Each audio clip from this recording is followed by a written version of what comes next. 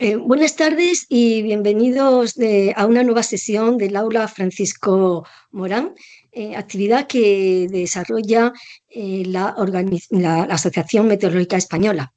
La charla de hoy tiene como título Servicios climáticos en agricultura y pesca y nos la va a impartir Íñigo Gómara Cardayaguet, quien actualmente es profesor permanente laboral en la Universidad de Valladolid, concretamente en el Departamento de Matemática Aplicada.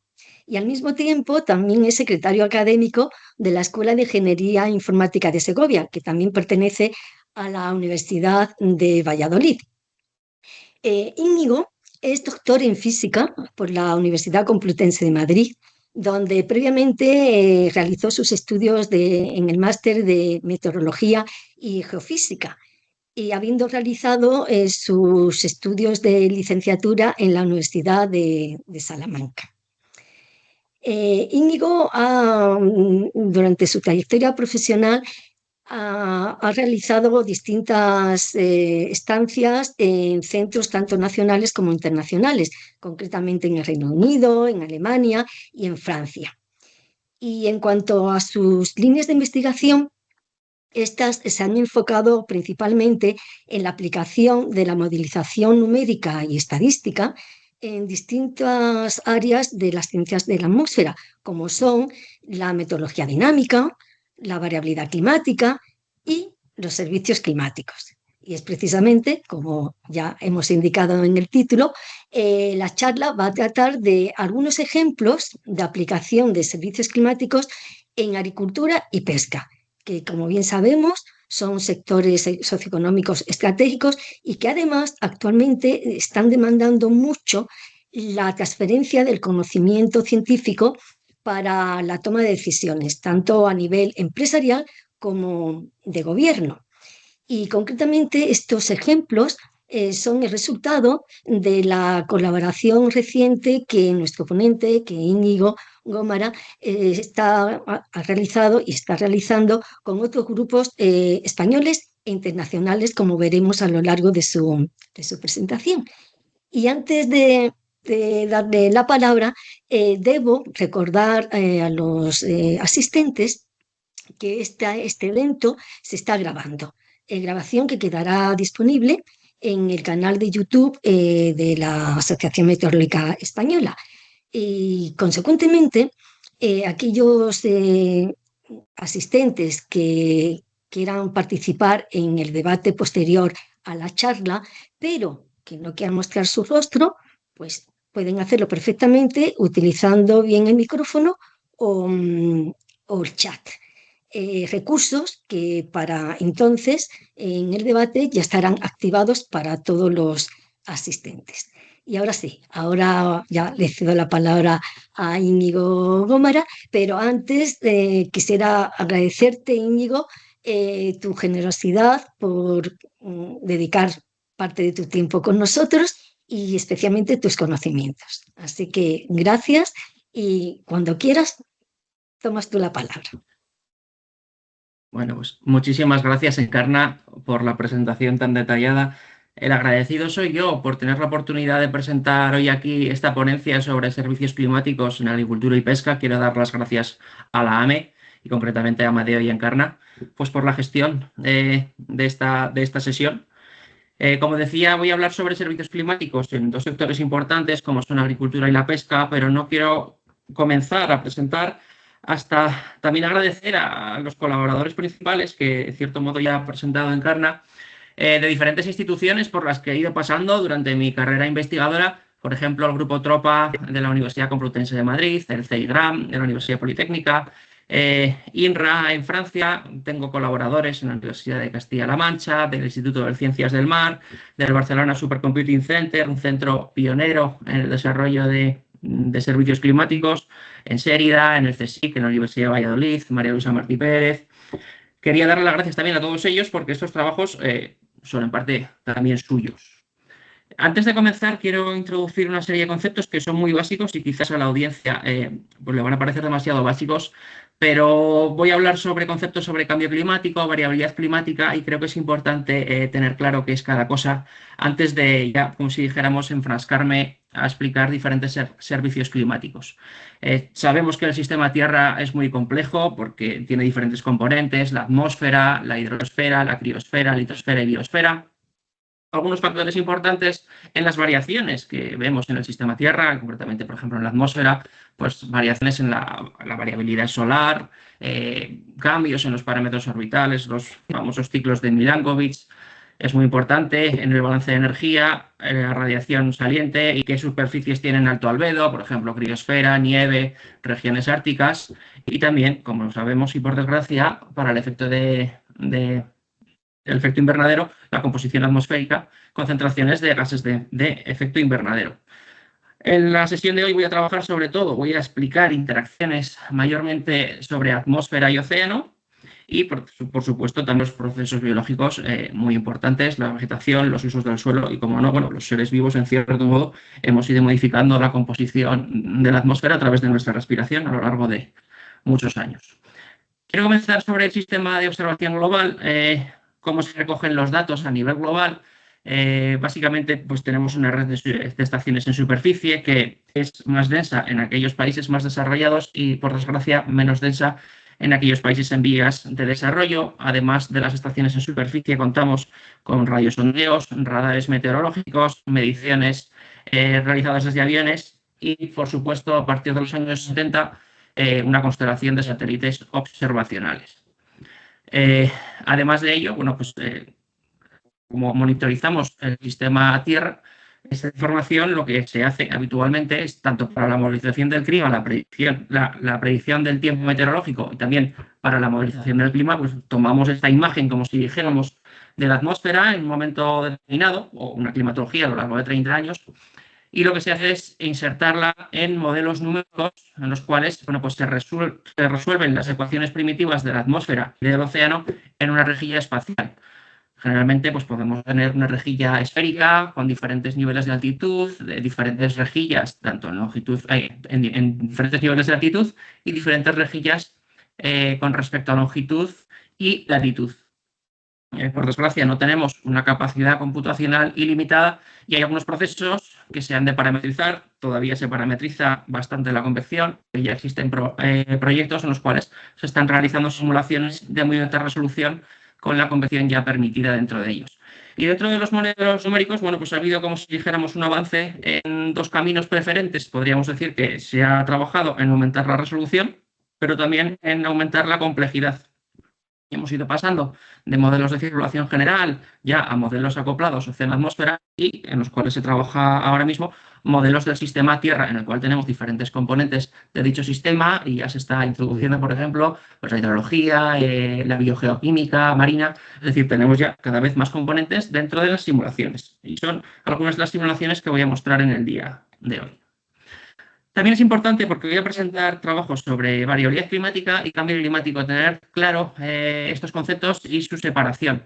La variabilidad climática se refiere a las variaciones del estado del medio del clima en todas las escalas temporales, más allá de fenómenos meteorológicos puntuales, y el cambio climático a una variación estadísticamente significativa, ya sea tanto el estado medio como la variabilidad que persiste durante un periodo largo de tiempo, es decir, 30 años o más como mínimo. Se puede deber a procesos internos o a factores externos, como es el caso del cambio climático de origen antropogénico debido a las emisiones de gases de efecto invernadero. He traído aquí dos figuras del último informe del IPCC que me han parecido interesantes. Esta primera es la temperatura media global desde 1850, es la línea negra. Podemos ver cómo, si intentamos reconstruir la línea negra, que es la de observaciones, con un ensemble, con un conjunto de modelos numéricos, pero solo introducimos como forzamiento la variabilidad solar y volcánica, bueno, pues no somos capaces de ver esta tendencia que se inicia a finales del siglo XX. Sin embargo, una vez introducimos el forzamiento de gases de efecto invernadero debido a emisiones humanas, pues como vemos, sí que somos capaces de reconstruir dicho comportamiento. Eso en términos del clima pasado, y en términos del clima futuro, lo que se hace es, bueno, pues tomar diferentes modelos del sistema Tierra y forzarlos con escenarios, o como se llaman ahora, trayectorias socioeconómicas compartidas, en las cuales, bueno, pues se prevé de cierta manera cómo nos vamos a comportar en el futuro y cuál va a ser nuestro nivel de emisiones. Hay algunos más optimistas, que ya veo un poco, y otros más pesimistas, como el de desarrollo por combustibles fósiles y rivalidad regional, que parece en el que nos encontramos ahora, y las proyecciones, bueno, pues son las que aparecen en pantalla en esta figura llamada de dicho informe. Dentro de la variabilidad climática, quiero introducir lo que son los patrones de teleconexión. He dicho que la variabilidad climática se refiere a variaciones del estado medio del clima en todas las escalas temporales, más allá de fenómenos meteorológicos puntuales. Entonces he traído aquí los valores de temperatura superficial del agua del mar. Me voy a referir a partir de ahora a ella como SST. Y aquí tenemos básicamente valores de presión en superficie globales. Podemos ver aquí cómo se sitúa la zona de interconvergencia tropical, los cinturones de presión, los anticiclones subtropicales. Aquí tendría, para explicar la variabilidad climática, aquí tenemos los mapas medios de SST y de presión en superficie. Y en ocasiones los patrones de anomalías que se observan con respecto a estos campos medios entre regiones remotas, pues son recurrentes en el tiempo. Entonces, esto es lo que denominamos teleconexiones climáticas, y muchas de ellas las conocemos o nos sonarán de los medios de comunicación, como por ejemplo el Niño y la oscilación del sur, que es un patrón de anomalías de la SST en el Pacífico ecuatorial que tiene lugar cada 3 y 7 años. El fenómeno del Niño sería un calentamiento anómalo y el fenómeno de la Niña un enfriamiento anómalo. Otro patrón que también nos es bastante conocido es la oscilación del Atlántico Norte, que opera en casi todas las escalas temporales. Es un patrón de anomalías de presión en superficie, y básicamente lo que nos dice es que cuando tenemos buen tiempo sobre el continente europeo, tenemos mal tiempo sobre Groenlandia e Islandia, y está íntimamente relacionado con las trayectorias latitudinales de las depresiones extratropicales. Quería introducir, sobre todo porque voy a presentar muchos resultados sobre el fenómeno del Niño, la enorme importancia del océano como predictor. ¿Por qué? Porque es capaz de acumular gran energía, y además, como el agua tiene una capacidad calorífica muy elevada, bueno, pues cuando es liberada esta energía, pues ocurre de manera paulatina, y esto ofrece oportunidades para predicción. Este calentamiento anómalo interacciona con la parte superior de la atmósfera, y por supuesto, como la atmósfera es un fluido, bueno, pues se producen diferentes tipos de ondas de Rossby, que se van propagando a través de la atmósfera y van alterando las condiciones climáticas en regiones distantes. Entonces, estos cambios en la circulación atmosférica producen anomalías. Por ejemplo, cuando tenemos el fenómeno del Niño, solemos tener sequías en la región del Amazonas, mayores precipitaciones de lo habitual en el Río de la Plata, también sequías en la zona de Sudáfrica, Madagascar. En Europa la señal no es tan clara, pero sí que suele estar asociado con mayores precipitaciones al final del invierno y a principios de la primavera. Entonces, introducidos todos estos conceptos, los servicios climáticos, bueno, pues básicamente los ha introducido Encarna al principio de la presentación. Es información que se genera para tomar decisiones, es decir, información que se genera a medida para un usuario final, porque existe una demanda creciente para transformar los datos y la información climáticos en herramientas y productos con fines específicos, precisamente para dar soporte a órganos de decisión, empresas y gobiernos, para aumentar la resiliencia y capacidad de adaptación a diferentes adversidades climáticas. Existen muchos tipos de servicios climáticos, pues por ejemplo, la relación entre el fenómeno del Niño y el monzón en África Occidental. Básicamente la enfermedad de la malaria depende de que se propague a través del mosquito Anófeles, y el mosquito Anófeles, bueno, por los años en los que llueve más, tiene capacidad de criar más, y en los años en los que hay más sequía en el monzón, es decir, tenemos menor intensidad del monzón, que a su vez está influenciado por el Niño, bueno, pues tenemos menor incidencia. También previsiones estacionales o decadales de viento para energía eólica, y los dos que yo voy a explicar hoy, en pesquerías, pues hay determinadas regiones del planeta donde el afloramiento oceánico, la cantidad de nutrientes que tenemos en el océano cerca de la costa, depende del viento, y ese viento en ocasiones también está influenciado por el fenómeno del Niño, y se puede dar información para predicción de pesca en dichas regiones. Y en agricultura, bueno, pues también voy a mencionar la predicción de cosechas en praderas permanentes sobre todo de Francia y la cornisa cantábrica, y adaptación, mitigación al cambio climático. Voy a comenzar por las pesquerías. En este contexto quiero mencionar un artículo recientemente publicado, liderado por Belén Rodríguez de Fonseca, de la Universidad Complutense de Madrid, es el impacto del fenómeno del Niño en los ecosistemas marinos y la pesca del Atlántico tropical y meridional. Es un trabajo de revisión en el cual, para todas estas regiones del Atlántico tropical y meridional, bueno, pues se ha analizado la información disponible. Entonces se revisan cuáles son los impactos del fenómeno del Niño en diferentes regiones. Por ejemplo, como he comentado, cuando tenemos un fenómeno del Niño en la región del Amazonas hay lluvias por debajo de lo habitual. Esas lluvias impactan en el caudal del río, que transporta menos nutrientes. Entonces, ese aporte negativo de nutrientes, como si dijéramos, en la desembocadura, bueno, pues tiene diferentes efectos. Cerca de la desembocadura produce menor turbidez del agua y la productividad primaria del fitoplancton aumenta, pero ya un poquito más alejado, bueno, pues ese aporte menor de nutrientes lo que hace es que la productividad primaria disminuya. Otra región de interés que voy a comentar más adelante, bueno, pues la región del afloramiento oceánico en Senegal, Mauritania.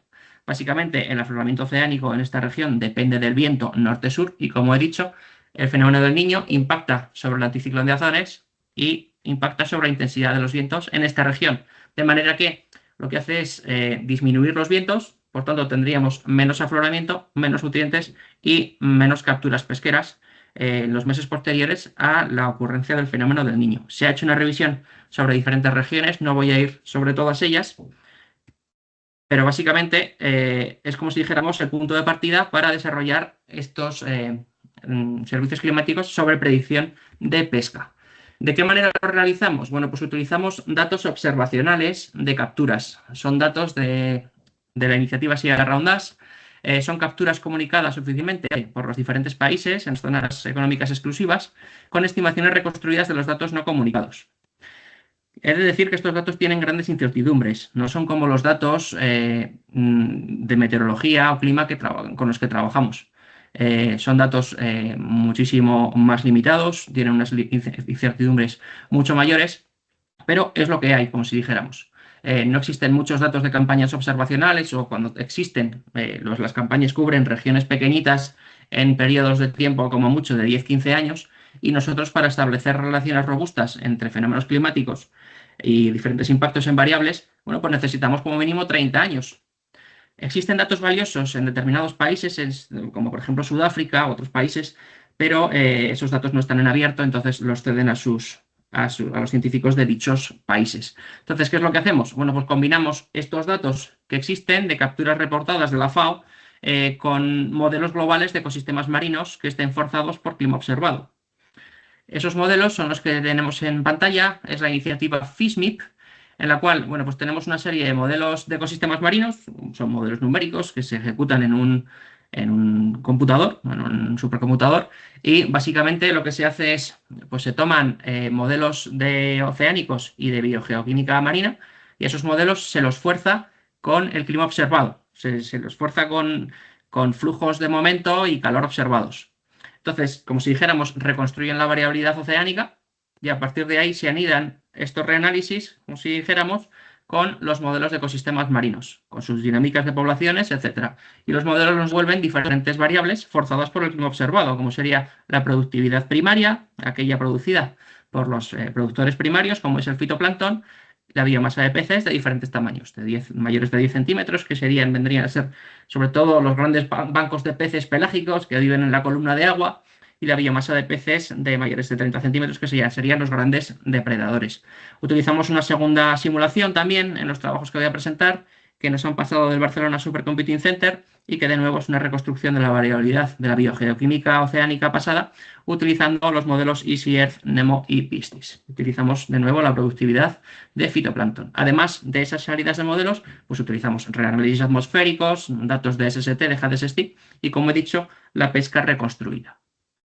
Un primer trabajo que quiero mostrar es el Atlas de Predictores Climáticos para la región del ecosistema marino del afloramiento del Sahel. La región en cuestión es esta que he mencionado anteriormente, donde tenemos aquí en contornos el anticiclón de Azores y, como vemos, estas son las condiciones climatológicas. El anticiclón envía vientos en dirección norte-sur. En esta zona costera se produce el fenómeno conocido como transporte de Ekman. Cuando tenemos viento norte-sur paralelo a la costa, bueno, pues produce transporte de Ekman de aguas costeras hacia el océano abierto y ese vacío se llena como si dijéramos, con aguas frías muy ricas en nutrientes que proceden del fondo marino. Entonces, en esta región cerca de la costa, en esta región que muestro cerca de la costa, tenemos un ecosistema marino muy rico y productivo.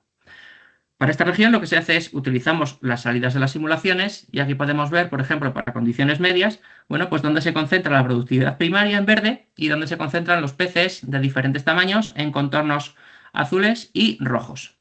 Como podemos ver, la simulación reproduce bien el sistema de la corriente de Canarias o el afloramiento de esa región, con el afloramiento permanente cerca de unos 20 grados norte y más al sur también alta productividad, pero como podemos ver en este Huffmüller, en este gráfico donde se muestra la latitud con respecto al mes mediada sobre esta caja, bueno, pues podemos ver cómo la productividad es mayor cerca de 20 grados norte, ahí tenemos el afloramiento semipermanente, y en la zona que a nosotros nos interesa, que es en Senegal, Mauritania, porque son países que dependen mucho de la pesca para la seguridad alimentaria, bueno, pues en esta región vemos cómo el afloramiento es estacional, ocurre desde los meses de febrero hasta mayo.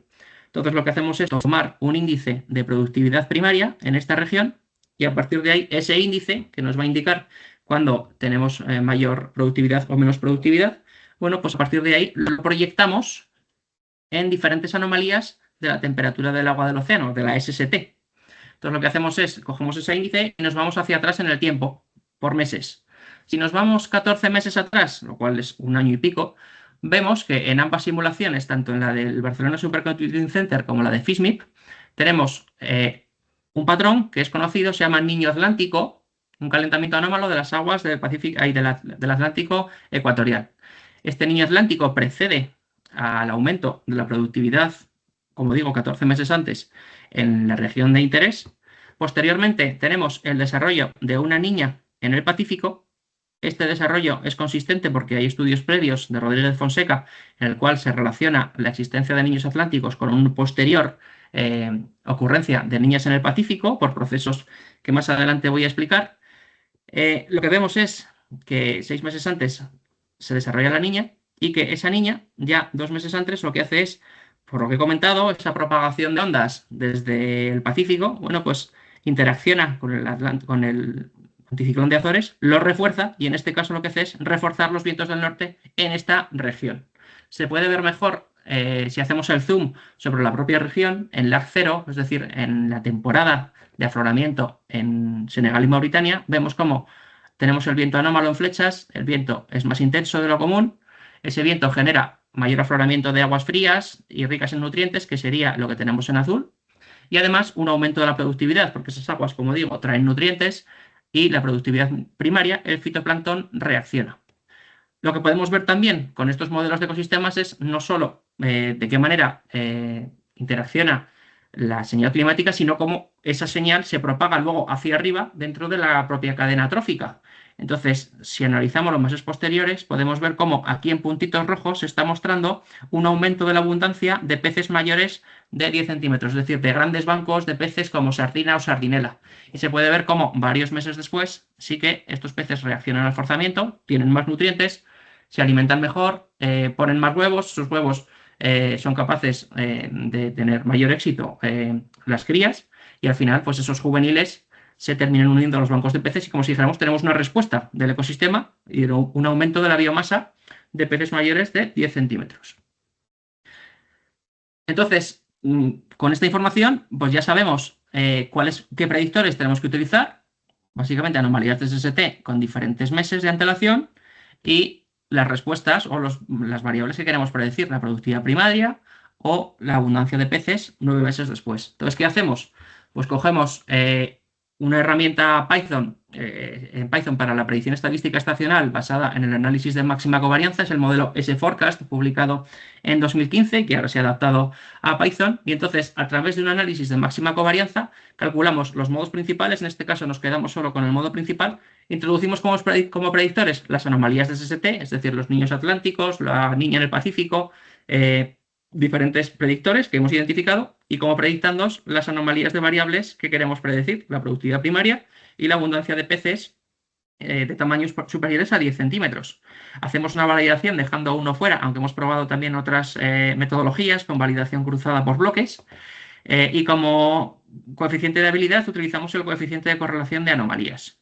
Esto se aplica a la simulación del modelo de ecosistema marino y lo que podemos ver es que el modo principal en este caso es, esta predicción la hacemos con la niña, es decir, es una predicción hecha 6 meses antes. Cogemos 6 meses antes la información de la SST en el Pacífico ecuatorial, el patrón que nos da es un patrón niña esperado. Esto sería el patrón asociado a una niña, es decir, un aumento de la productividad primaria cerca de la costa, pero también sobre amplias zonas del océano abierto. Y aquí tenemos el índice del skill, el Anomaly Skill Score, que sería donde tenemos capacidad predictiva. Pues en estas amplias zonas tenemos capacidad predictiva por el modelo de productividad primaria. Si lo hacemos con la variable B10, que es la que se refiere a los peces superiores a 10 centímetros, pues también vemos cómo tenemos amplias zonas donde podemos predecir si la abundancia de peces será superior o inferior a lo habitual en esas regiones. Por supuesto, todos estos resultados se han hecho con modelos de ecosistemas marinos, pero esos modelos, con la información que tenemos disponible en cuanto a observaciones, los comparamos. Esta sería la serie temporal de abundancia de peces por encima de 10 centímetros en el modelo, en la región de Senegal-Mauritania, la línea roja, y aquí tenemos la pesca, como si dijéramos las observaciones de capturas en esa misma zona dadas por la FAO. Todos podemos ver que ambas están correlacionadas y de hecho si las proyectamos sobre la SST vemos que ambas están precedidas por niña en el Pacífico y niño en el Atlántico y eso da pues solidez a los resultados del trabajo. Otro trabajo que quiero presentar, pero ya más de pasada, como si dijéramos, es la predicción multianual de producción pesquera en el Pacífico tropical. Es un trabajo anterior y básicamente está basado en la relación que he comentado anteriormente entre los niños atlánticos y las niñas en el Pacífico. Ahora estamos prediciendo la pesca en esta región. ¿Por qué? Porque los niños atlánticos suelen tener lugar desde junio hasta septiembre, en el verano boreal, y lo que hacen es modificar la célula de Walker, generar vientos anómalos en esta región. Esos vientos excitan ondas de Kelvin que se propagan hacia el este y que terminan afectando también al afloramiento y a los nutrientes en estas regiones. Entonces, relacionamos la información del niño atlántico con diferentes variables sobre capturas de peces o productividad primaria y capturas de peces de diferentes tamaños en estas regiones del Pacífico. Y de nuevo, a través de una metodología similar, bueno, pues utilizando la información del niño atlántico, estamos introduciendo aquellas regiones en diferentes desfases, por ejemplo, 9 meses después de la ocurrencia del niño atlántico, donde en las cruces tenemos capacidad predictiva. En estas regiones hemos detectado que habrá un aumento de la productividad o de las capturas de peces en esos periodos temporales. Eso en lo que se refiere a servicios climáticos en pesquerías, las predicciones de pesca. También he trabajado y hemos publicado artículos en agricultura. Sobre todo yo me he centrado durante las estancias que he realizado en el CEIGRAM, en la UPM y en INRA en Francia, en praderas permanentes. Las praderas permanentes son estos sistemas que podemos ver donde tenemos, bueno, pues sobre todo en la región cantábrica, donde entra el ganado para pastoreo o simplemente pues tenemos la pradera y se utiliza para siega y luego pues todo ese forraje se utiliza para ensilar y dar al ganado durante el invierno. Entonces, hay regiones donde las praderas permanentes son bastante importantes económicamente, como es la cordillera cantábrica y el macizo central en Francia. Entonces, durante una estancia en INRA, existían datos de campo de un sistema de praderas en el macizo central francés y lo que se hizo fue pues, generar un modelo de predicción de producción forrajera en esas praderas. La situación es la que aparece aquí y básicamente lo que ocurría en el lugar es que se puede acudir a datos en anuarios, sobre todo del Ministerio de Agricultura, de cuáles son los rendimientos, por ejemplo, del cereal o de otros sistemas de cultivos a lo largo del tiempo. Pero esas series temporales tienen multitud de información. En ellas se incluyen, por ejemplo, pues las políticas agrarias, también influencian la existencia de pestes o enfermedades o simplemente cómo ha ido cambiando en el manejo de la tecnología. Entonces, es muy difícil extraer la señal climática de esas series temporales. Entonces, lo que se puede hacer, lo que hacemos en ocasiones, es tomar datos de experiencias de campo, que sean de experiencias de campo largas, por ejemplo, de unos 10, 12 años, y con esos datos lo que hacemos es generar series sintéticas. Cogemos esos datos de campo, se introducen en un modelo numérico, pero en este caso de agricultura. En este caso estamos utilizando un modelo que se llama PASIM sobre praderas permanentes. Y ese modelo lo que se hace es se calibra y se valida en esa localización o región, de manera que el modelo es capaz de reproducir el comportamiento que se ha observado en la pradera.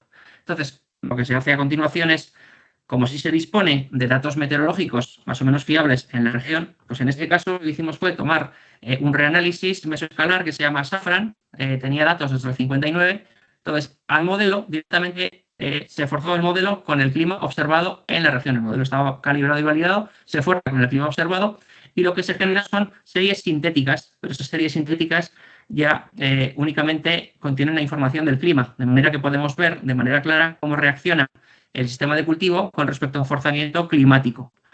En esas series pues, introducimos, como se puede hacer con algoritmos, una fertilización y manejo óptimos y, por supuesto, pues eliminamos las enfermedades y otros factores externos. Es decir, son series temporales de rendimiento potencial. Y a través de estas series temporales que tenemos aquí, pues aquí, por ejemplo, tenemos series temporales de rendimiento potencial simuladas desde los años 60 hasta 2000, creo que era 2018, con diferentes manejos, con 2 cortes a lo largo del año, 3 cortes a lo largo del año o un manejo óptimo que sería la línea verde. Entonces podemos ver estas series temporales y ahora lo que hacemos es intentar ver cómo se comporta su variabilidad. Entonces aquí tenemos debajo la correlación de esas series con variables meteorológicas in situ del lugar, con radiación en superficie, temperatura máxima y mínima, precipitación y CO2. Si filtramos las series y nos quedamos solo con la variabilidad de año a año, la interanual, bueno, pues podemos ver cómo es significativo la temperatura máxima y mínima y la radiación en superficie. La precipitación no lo es, porque aquella es una zona donde llueve mucho, de manera que rara vez las praderas tienen un estrés hídrico. Pero sí, con esta información, pues a partir de ahí nos preguntamos, vale, en este lugar, como si dijéramos, la hierba crece o hay mayor producción forrajera cuando hace más sol y las temperaturas son más suaves. Entonces, la siguiente pregunta es, vale, ¿qué meses son importantes? Entonces, se correlaciona la productividad con las anomalías mensuales y podemos ver cómo son importantes abril y septiembre, seguidos de enero y febrero, para las variables temperatura máxima, mínima y radiación en superficie. La siguiente pregunta que nos hacemos es, vale, pero esto es una anomalía local, es algún factor local o es algo a gran escala. Entonces se calculan proyecciones o correlaciones a gran escala y podemos ver cómo en general obedecen a patrones de gran escala, es decir, tenemos anomalías a lo largo de todo el territorio de Francia metropolitano. Estas anomalías están asociadas en algunos casos con un calentamiento en el Mediterráneo y una oscilación del Atlántico Norte en fase positiva. Si realizamos el mismo estudio sobre los meses de septiembre, de nuevo vemos que son patrones a gran escala, sobre todo de nuevo el papel del Mediterráneo más cálido de lo habitual, y si nos vamos hacia atrás también vemos la relación con algunos patrones conocidos como el Tropical North Atlantic o de nuevo el Niño. En base a toda esa información, pues lo que hacemos es generar un modelo estadístico de predicción estacional de forraje.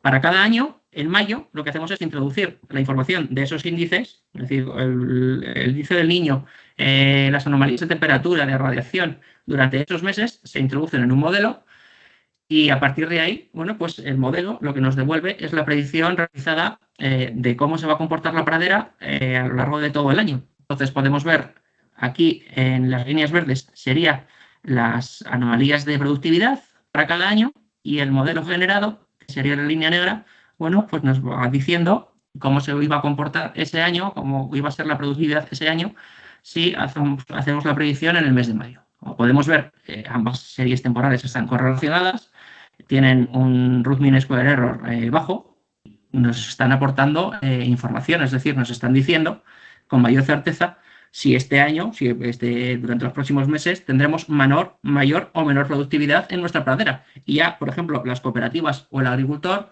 pues puede tomar decisiones o decidir fertilizar más o menos porque el año viene mal o viene bien o mal. Y entonces, bueno, pues ya se está dando información a medida al usuario. Para terminar, ya voy a comentar un servicio climático que se ha desarrollado en la cornisa cantábrica y es sobre los impactos del cambio climático en la productividad de praderas permanentes. De nuevo, no se disponían de series temporales largas en las cuales pues la productividad dependiese únicamente del clima, pero sí que se disponía de unos ensayos de campo muy amplios de 12 años de seriedad. Entonces, ¿qué se hizo? Se tomó toda esa información y se introdujo dentro del modelo PASIM de praderas permanentes. Se calibró y validó el modelo como si dijéramos, en la región cantábrica, y a partir de ese modelo lo que queremos ver es cómo va a cambiar la productividad de las praderas permanentes en el futuro. Entonces, este es un estudio clásico de impactos del cambio climático. Se tenía disponibilidad de datos de suelo en 150 lugares diferentes de la cornisa cantábrica. Entonces, en esos 150 lugares se realizan simulaciones del modelo de cultivo y se fuerzan con diferentes escenarios. Hemos utilizado los datos de Cortex Euro 11, de 6 modelos regionales concretamente, y se fuerza el modelo para el periodo 2030-2059. Y el resultado de la productividad, en todo caso, como en el modelo podemos introducir un manejo óptimo, pues siempre se realiza un manejo óptimo y se compara ese manejo óptimo de las simulaciones futuras de escenarios con respecto a las históricas. Entonces, analizando las variables climatológicas dentro de esos periodos para los escenarios históricos, vemos que para radiación en superficie no hay grandes diferencias, pero sí que las vemos en temperatura superficie, como se puede ver aquí, a lo largo de todo el año. Esto es Day of Year, ¿vale? Podemos ver que en escenarios tenemos temperaturas superiores a lo largo de todo el año y que en cuanto a precipitación, pues parece que durante los meses fríos tenemos mayores precipitaciones, pero durante los meses de verano tenemos menores precipitaciones y mayor estrés hídrico.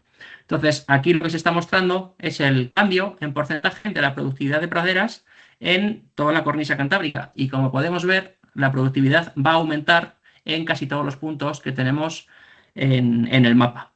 Esto sería por localizaciones separadas. Aquí tenemos los diagramas de cajas de la productividad. Podemos ver cómo en futuro, si se realiza un manejo óptimo, la productividad va a aumentar. Y aquí básicamente lo que miramos es la variación en el crecimiento de forraje en la pradera o de la propia, como si dijéramos, hierba que tenemos en el sistema. Bueno, pues que este crecimiento es mayor durante los meses fríos y que durante los meses de verano se mantiene en niveles similares. Entonces, ¿qué es lo que está ocurriendo? Bueno, pues que las temperaturas van a ser más moderadas, más suaves. Entonces, el cultivo o las praderas se encuentran dentro del rango de temperaturas más óptimo para su crecimiento.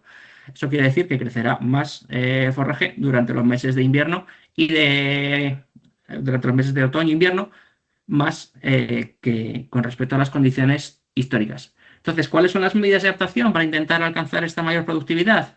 Bueno, pues habrá que hacer un manejo más intensivo, mayor frecuencia de cortes en un periodo de recogida más prolongado a lo largo del año. Imaginemos que el primer corte se realizaba a finales de marzo en algunas localidades. Bueno, pues ya se podría entrar a la pradera antes a realizar ese corte, se realizarían más cortes a lo largo del año y se terminaría más tarde. Y esto daría una mayor productividad en estos sistemas para el futuro, que se ha observado en la cornisa cantábrica, pero también se observa en otros sistemas de praderas del continente europeo. Entonces, ya para finalizar, quería realizar unas observaciones finales. Se ha visto o demostrado que es posible establecer relaciones entre predictores atmosféricos y oceánicos y variables climáticas, agronómicas o de pesca a predecir desde años atrás. Es necesaria una buena estrategia de comunicación porque queremos crear expectativas realistas, siendo honestos, pero a la vez poniendo en valor los avances y la utilidad de las herramientas desarrolladas. Es decir, las herramientas que hemos desarrollado tienen una utilidad para el usuario final. Estos resultados solo cubren una pequeña parte de los servicios climáticos. Básicamente, nosotros lo que hacemos somos un grupo pequeño de investigación. Vamos evaluando el potencial de desarrollo en diferentes regiones y luego esos estudios se publican en revistas científicas, pero no se han implementado de manera operativa ni se están utilizando por parte de usuarios finales todavía. No tenemos capacidad humana ni recursos suficientes como para desarrollar ese tipo de servicios climáticos, pero sí que es cierto que existen centros en España que son de referencia, como por ejemplo el Barcelona Supercomputing Center. He cogido aquí, bueno, pues diferentes servicios climáticos que realiza el BSC, como digo, pioneros en España, pero también, por ejemplo, la plataforma PTI Clima del CSIC, en el cual ya se han desarrollado, bueno, pues una serie de servicios climáticos muy útiles para administraciones, población en general y empresas. He añadido también alguna serie de centros, seguro que me dejo alguno muy importante, la Universidad de Cantabria, el BC3, etcétera. Y con esto ya quería finalizar mi presentación.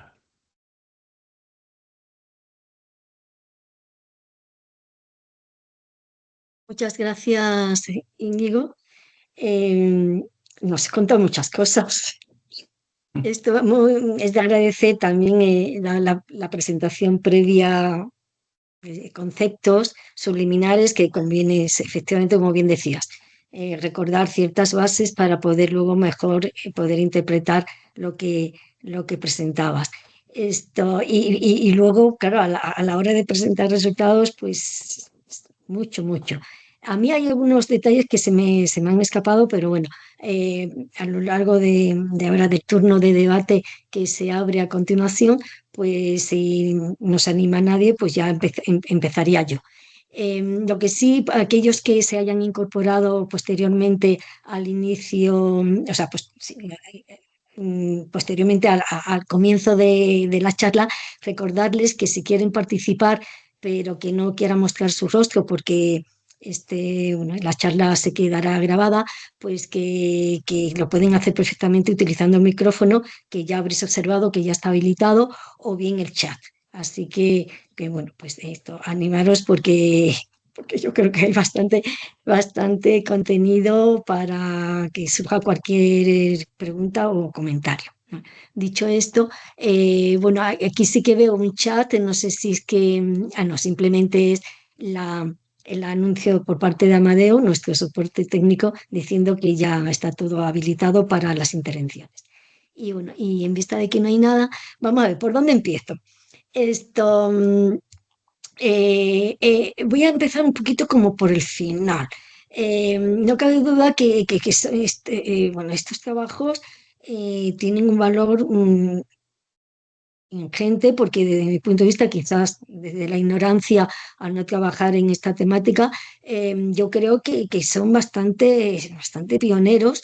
Esta mezcla de enlazar y de correlacionar efectivamente lo que son las variables climáticas ya directamente con parámetros de productividad, tanto en la pesca como en la agricultura. Entonces, a mí me parece pues que teniendo en cuenta las grandes dificultades que hay subyacentes a nivel datos, que es una base que, como ya lo sabemos de meteorología, que es fundamental, tener una buena base de observaciones. Cuando he dicho datos me refería a observaciones, de observaciones para poder mejorar las predicciones, etcétera, etcétera. Pues claro, si extrapolamos esto a todo lo que nos has planteado, pues pasa exactamente igual, ¿no? Con lo cual es muy de agradecer que a pesar de las dificultades, pues que haya gente que iniciéis bueno, o que trabajéis en este contexto, ¿no? Entonces, yendo un poquito al final, ¿hay alguna colaboración? Ya sé que nos has presentado que hay colaboración entre grupos de investigadores y tal, pero grupos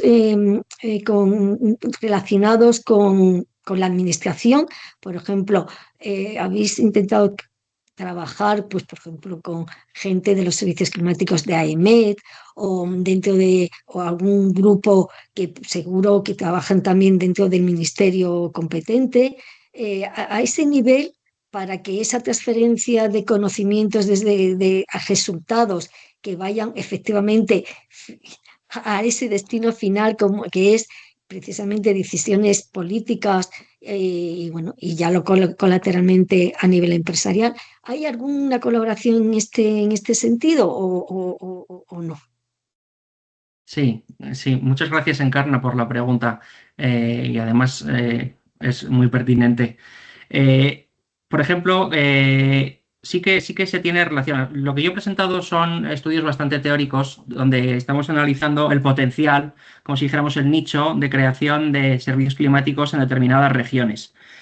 Sí, por supuesto, he presentado estos trabajos en Agroseguro, he estado en la sede del Consorcio de Compensación de Seguros.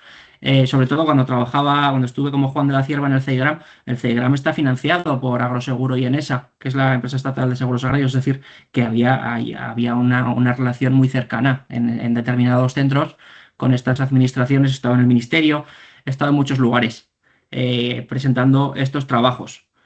Ahora básicamente estamos también trabajando en un modelo de predicción de cosechas en la cornisa cantábrica y por supuesto, pues sí que hay relaciones. La parte final, esa de relación con el usuario final, eh, como digo, pues administraciones, cooperativas, diferentes empresas y sí que he hecho tours por diferentes lugares. Eh, Y qué tal la recepción? Pues ¿Se limitan el, a escuchar, bueno, a oír o escuchan? Eh, pues, por ejemplo, en el caso de estos servicios, pues sobre todo la financiación que obtenemos es a través de proyectos de investigación, porque son incipientes. No tenemos la capacidad, yo donde estoy ahora, no tenemos la capacidad de tener un grupo humano trabajando a turnos para hacer predicciones. Eso lo tienen en el BSC, lo tendrán en el PTI, y ahí sí que tienen una mayor relación cercana con los usuarios finales. Pero como digo, yo ahora mismo, con el tiempo del que dispongo, pues básicamente vamos desarrollando estos trabajos más teóricos. Pero, por ejemplo, sí que es cierto que dentro del grupo Tropa de la UCM, pues también tienen diferentes proyectos, están dentro de PTI Clima y reciben financiaciones para Bueno, desarrollar pues estos servicios climáticos. esa es una respuesta muy positiva, muy optimista, así que qué bien oírla. Esto, nos ha pedido la palabra José Antonio López, pero le veo que el Sí, micrófono, claro. ahora sí, ¿no? Ya puedes, ya, todo Sí, tuyo, gracias, todo gracias, tuyo, Encarna. gracias. Y bueno, en primer lugar, muchas gracias al ponente, a Íñigo Gómara, por esta presentación que efectivamente, bueno, es muy interesante, desde luego, en general, ¿no? Para todas las aplicaciones, ¿no? De la modelización climática y todo, a los impactos, ¿no? Yo no he trabajado en ese sector, aunque me he dedicado a la climatología, pero no en eso en concreto. Pero bueno, de todas maneras, como los impactos, digamos, tienen un aspecto general, ¿no? En este caso, por ejemplo, sobre la pesca, y tengo una curiosidad que me ha Sí, surgido es, em, presentaste ahí vamos, cuando hablabas, ¿no? En la zona de los impactos en la zona de Senegal y Mauricio, ¿no? En el Atlántico, ¿no? Y ahí presentaste toda la pirámide alimenticia, ¿no? En el mar, sí, desde el estrato más ancho, más bajo, hasta los carnívoros más grandes, de más de 30, de 10. Y entonces, a mí, a priori, me resultó un tanto llamativo que incluso en los estratos superiores de carnívoros más desarrollados y tal, que tienen, imagino, ¿no? Ciclo de vida más largo, que se alimentan de la sí, productividad primaria, no sé qué, pero como tienen que ir, digamos, la cadena trófica va hacia arriba hasta que llega a ellos, creo que sí, dijiste, y si no, corrígeme, o en cualquier caso te pregunto, que incluso a ese nivel de los carnívoros más grandes sí que observasteis una señal, una correlación, ¿no? sí, Entre el impacto. Y bueno, la sí. curiosidad iba por ahí, si esto es así y si observasteis, como quizá a priori cabría esperar, que esa correlación se debilitaba a medida que uno asciende en la cadena trófica, porque uno imagina, no lo sé, tengo curiosidad, ¿eh? A Sí. medida que uno asciende, ¿no? Pues da la sensación que, vamos, como que hay más factores que deben de afectar, el ciclo de vida es más largo, etcétera, etcétera, más que el escalón Mm. básico, ¿no? Vale, Sí, gracias. bueno, muchas gracias por la pregunta, José Antonio.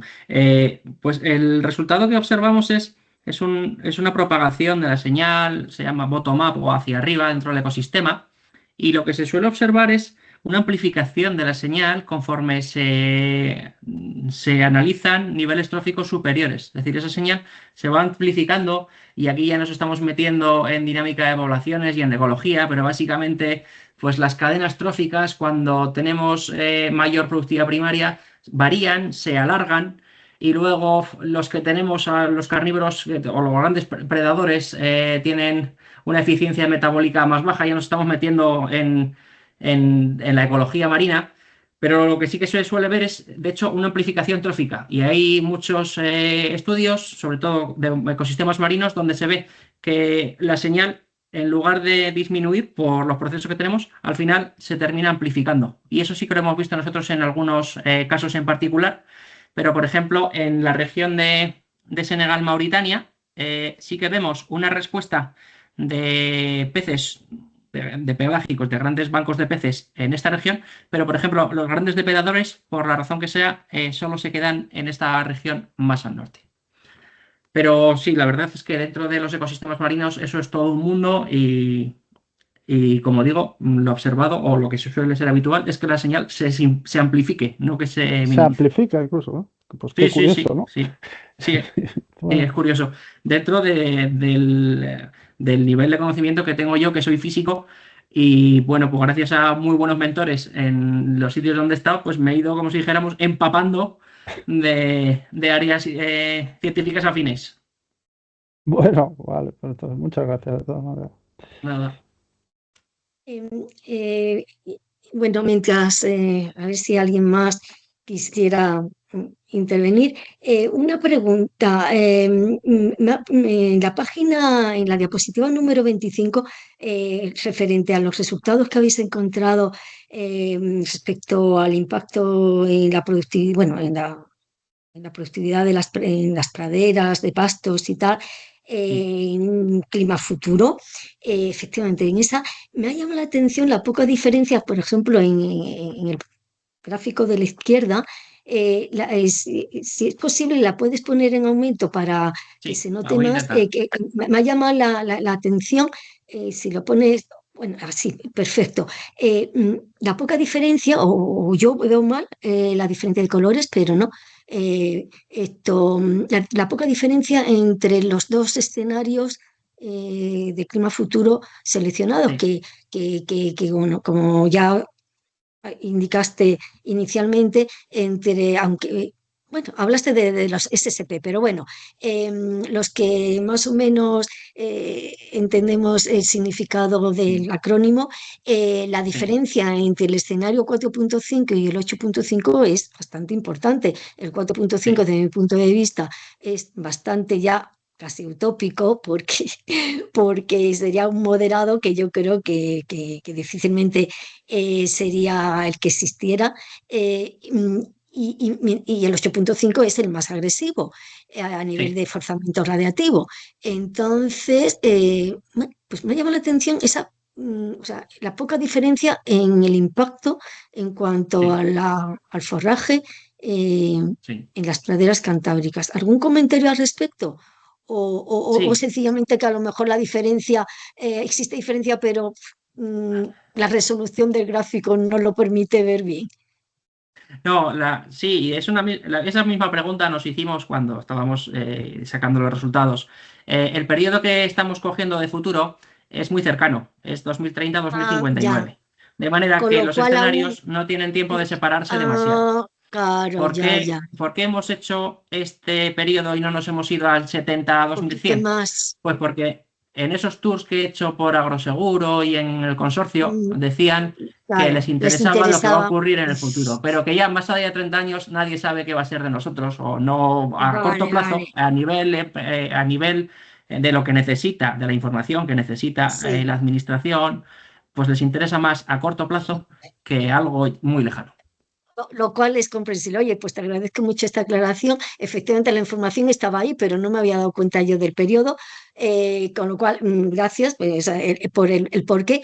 Y por otra parte, la Sí, lectura que se hace, pues, oye, pues, ¿qué significa? Pues que sea lo que sí, sea, o sea, considerando esos dos escenarios que efectivamente a nivel, bueno, que hay una cierta diferencia, pero que vemos que sea lo que sea, bien, pase lo que pase, como quien dice, pues que el resultado que habéis mostrado, pues es el que es decir, que es una estimación muy plausible que ocurra independientemente de cómo vaya efectivamente las aportaciones por parte de los humanos de gases de efecto invernadero, que al fin y al cabo determinar que sea un escenario u otro, más o menos sí, agresivo. Así que bueno, yo creo que es sí. un resultado mm, mm, bastante valioso a nivel empresarial, al menos desde los puntos de vista de los seguros, ¿no? Que les interesa mucho esta temática, afortunadamente. Sí, ahí ¿Hay encarna, alguien?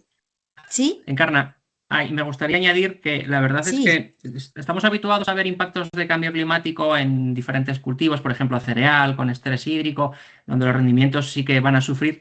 Y precisamente estos resultados que mostramos en praderas permanentes, pues como que si dijéramos van un poco al revés, ¿no? De lo que siempre escuchamos, porque en este caso las praderas permanentes, debido a esas temperaturas más suaves, van a aumentar su productividad, no van a reducirla. sí, sí. Bueno, pues Tengo Amadeo. Amadeo quiere intervenir. sí.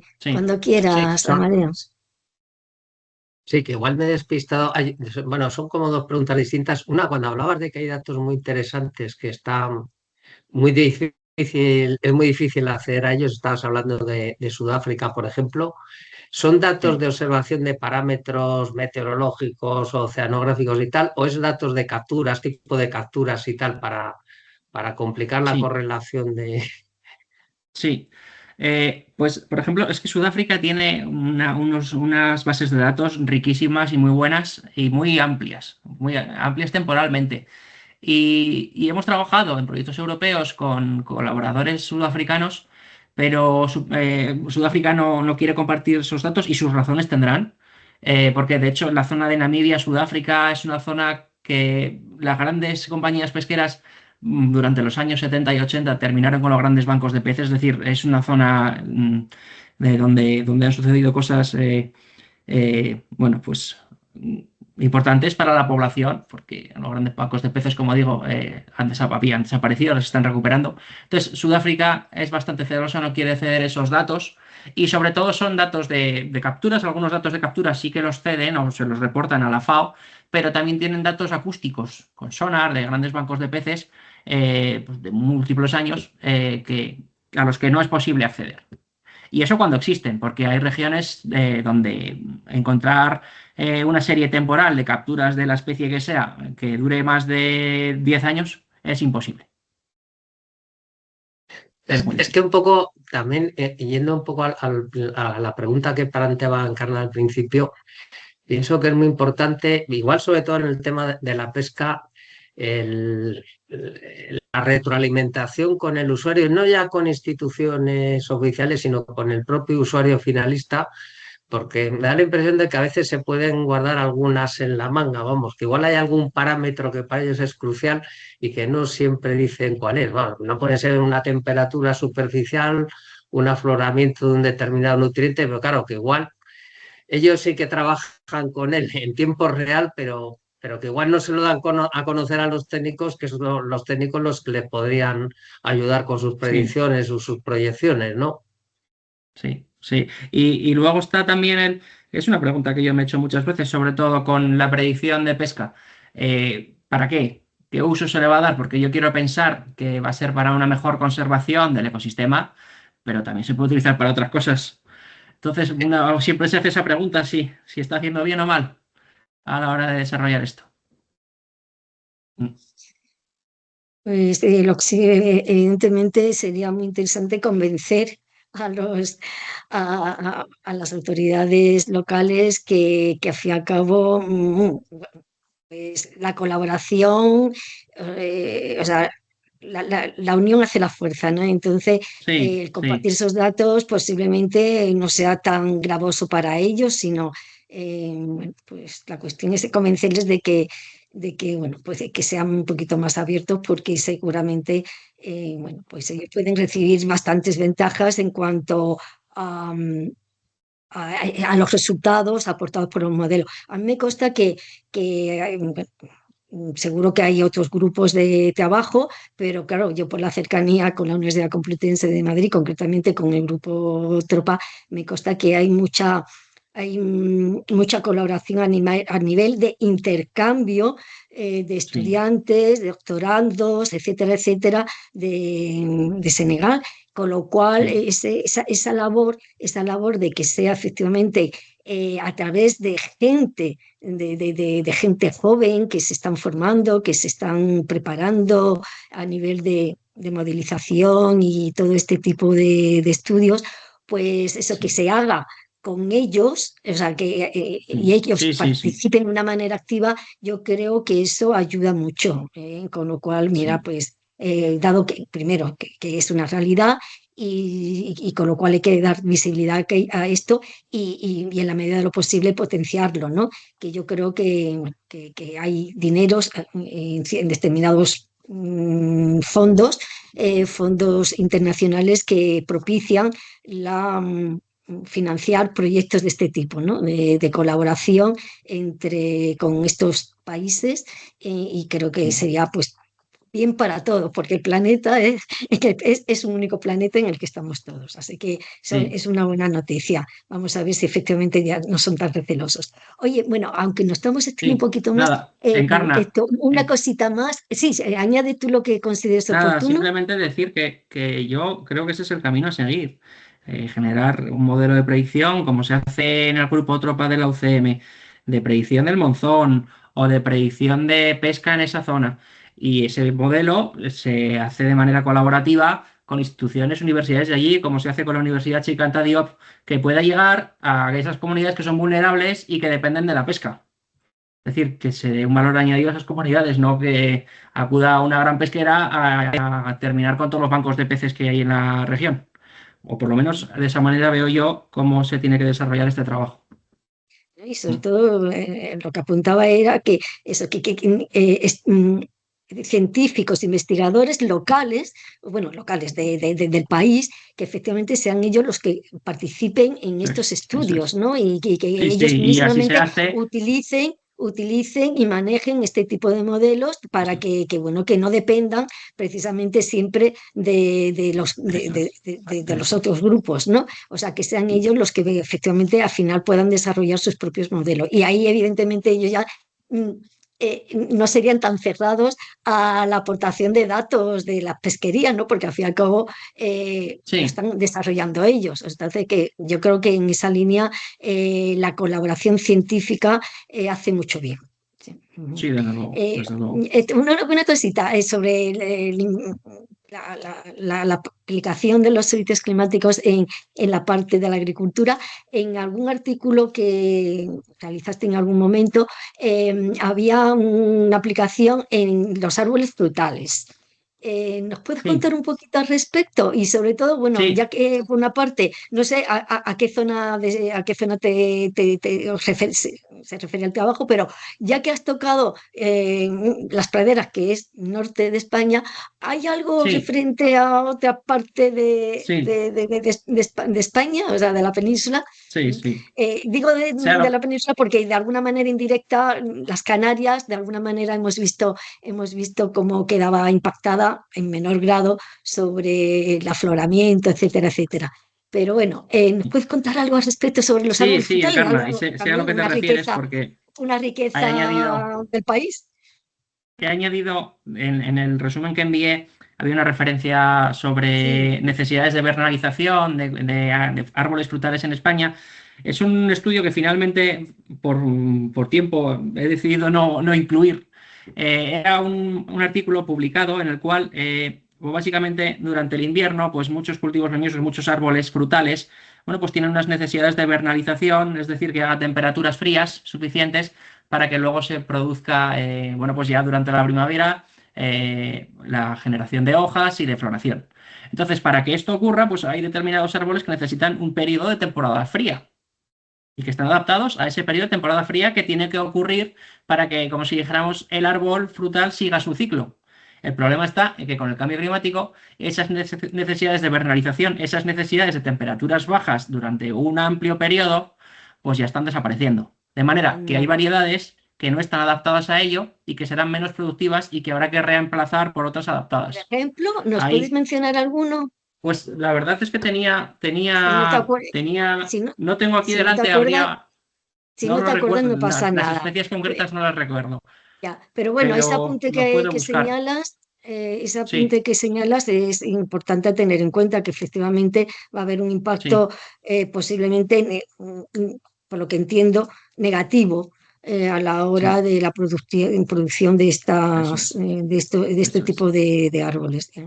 Y recuerdo, está la referencia pero bueno, como está la referencia, Y es la aquellos, última aquellos figura de esa referencia, pero se publicó en el 19 y ya las variedades concretas con sus nombres en latín ya no las recuerdo. Vale, pero no pasa nada, porque Sí, como bien estás recordando, aquellos que sí, puedan estar interesados y tal y cual en este aspecto, pues en la sección de autores, en donde está un breve currículum tuyo, pues aparece ese trabajo, así, y por tanto, sí. pues cualquiera puede acceder a él. Estupendo.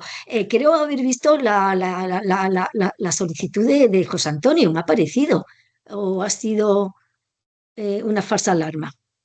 Ah, no, No, simplemente que José Antonio, bueno, pues muestra un icono de que muy bien, no sé a qué se refería, supongo que a todo. Vale, vale. Esto, y ya para terminar, y ahora sí que sí, y lo más breve posible, con vista al futuro, ¿hacia dónde va dirigido los próximos pasos en este tipo de estudios? En actualizar la base de datos a años más próximos, porque hemos visto, por ejemplo, sobre lo que los últimos resultados de las praderas y tal, que era de Sí, un artículo sí, 2015, algo así. Es decir, sí, que sí. en 10 años quizás la cosa haya cambiado un poco. Entonces, mi pregunta es, en tu investigación, en colaboración con otros grupos, Sí. ¿hacia dónde va dirigido en los siguientes pasos? A actualizar los resultados de alguna manera, hacer una actualización o a Sí, intentar, no sé, abrir estudios en otros aspectos sí, de la sí. agricultura o de la pesquería. ¿Por Eh, dónde va? Brevemente. pues concretamente, ahora que hemos realizado este estudio sobre el cambio climático en praderas de Cordillera Cantábrica, lo siguiente que estamos haciendo a través de trabajos fin de máster, trabajos fin de grado, es generar un modelo de predicción de cómo se ha hecho en el Macizo Central. Bueno, pues hacer un modelo de predicción de cosechas o de forraje recolectado en todas esas localizaciones de la cornisa cantábrica. Cuando lo tengamos terminado, pues de nuevo acudiremos a los posibles usuarios finales que tengan interés en ello. Pero por ahí va un poquito el trabajo futuro y La también me gustaría perspectiva. añadir que el tiempo del que disponemos, pues desgraciadamente no es Claro, tanto como nos es que gustaría porque tenemos otras responsabilidades académicas. ahí está, los oyentes, como Sí, ya hemos indicado, en este caso Íñigo es docente, o sea, su trabajo le pagan precisamente por su labor docente y la labor investigadora siempre es un añadido que, bueno, para lo cual hay que sacar tiempo de donde no lo hay.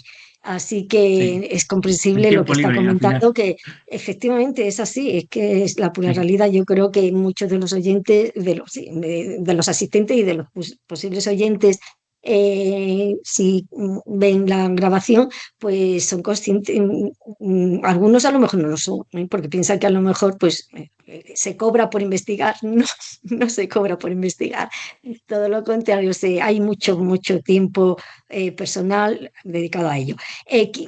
Quisiera, ya que Rafael Requena ha escrito una notita en el chat, pues quiero pues, leerlo, porque, bueno, aparte de dar las gracias bueno, y reconocer el interés del mismo, dice que con él, con esta presentación, le ha hecho recordar, dice, en el tema de la pesca, me ha recordado los frentes pesqueros de los que hablaba por radio Antonio Naya, bueno, un meteorólogo muy querido por sí, sus compañeros, por las referencias sí, que me han ido llegando con el tiempo. Y dice, pues eso, hace referencia a los frentes pesqueros de los que hablaba por radio Antonio sí, Naya hace medio siglo, o sea, ya sí, está. sí, sí, sí. Algunos de los presentes lo recordaréis. Sí, Rafael, sin extenderte mucho, que si quieres comentar algo, ya que yo creo que mencionar de vez en cuando la labor de personas que aportaron mucho a la meteorología y con ello a la sociedad, pues yo creo que siempre merece la pena. Así, si quieres decir algo y si no, pues nada. Si no, dices nada, pues considero que ya con lo que has dicho sucinta, a lo mejor ya se ha tenido que marchar. Bien, pues ahora sí que vamos a dar por concluida ahora sí, sigue ahí, no se nos ha ido. Simplemente que dice que no, que gracias, que se tiene que ir. Bueno, no se ha ido, pero se tiene que ir. Bien, pues nada, vamos a dar por finalizada la charla, esto dando las gracias a los que habéis participado aquí a una hora tan complicadilla, también a aquellos que en el futuro pues visualicéis la grabación. Gracias porque con vuestro interés por escuchar y por ver estas charlas, pues nos animáis y dais vida a lo que son las charlas Aula Morán, y por supuesto gracias a la materia prima que es nuestros ponentes, y en concreto en esta ocasión Íñigo Gómara. Recordar algo muy importante. Y entre los agradecimientos, que no se me olvide, que gracias a Amadeo, que es nuestro soporte técnico, y que sin él pues esto no sería posible. Y tal. Y ahora sí, voy a ya concluir recordando que dentro de una semana, el jueves próximo, tenemos una nueva cita. Y en este caso el ponente será Sergio Fernández González, de la Agencia Estatal de Meteorología, y el título de la charla va a ser algo muy interesante como predicción meteorológica en los aeropuertos del norte de España. Así que a ver si tenemos ocasión de volver a vernos por aquí otra vez. Y de nuevo, Íñigo, muchísimas gracias. Ha sido un placer. Muchísimas gracias a vosotros. Vale. Y adiós a todos, y que nos veamos más. Adiós.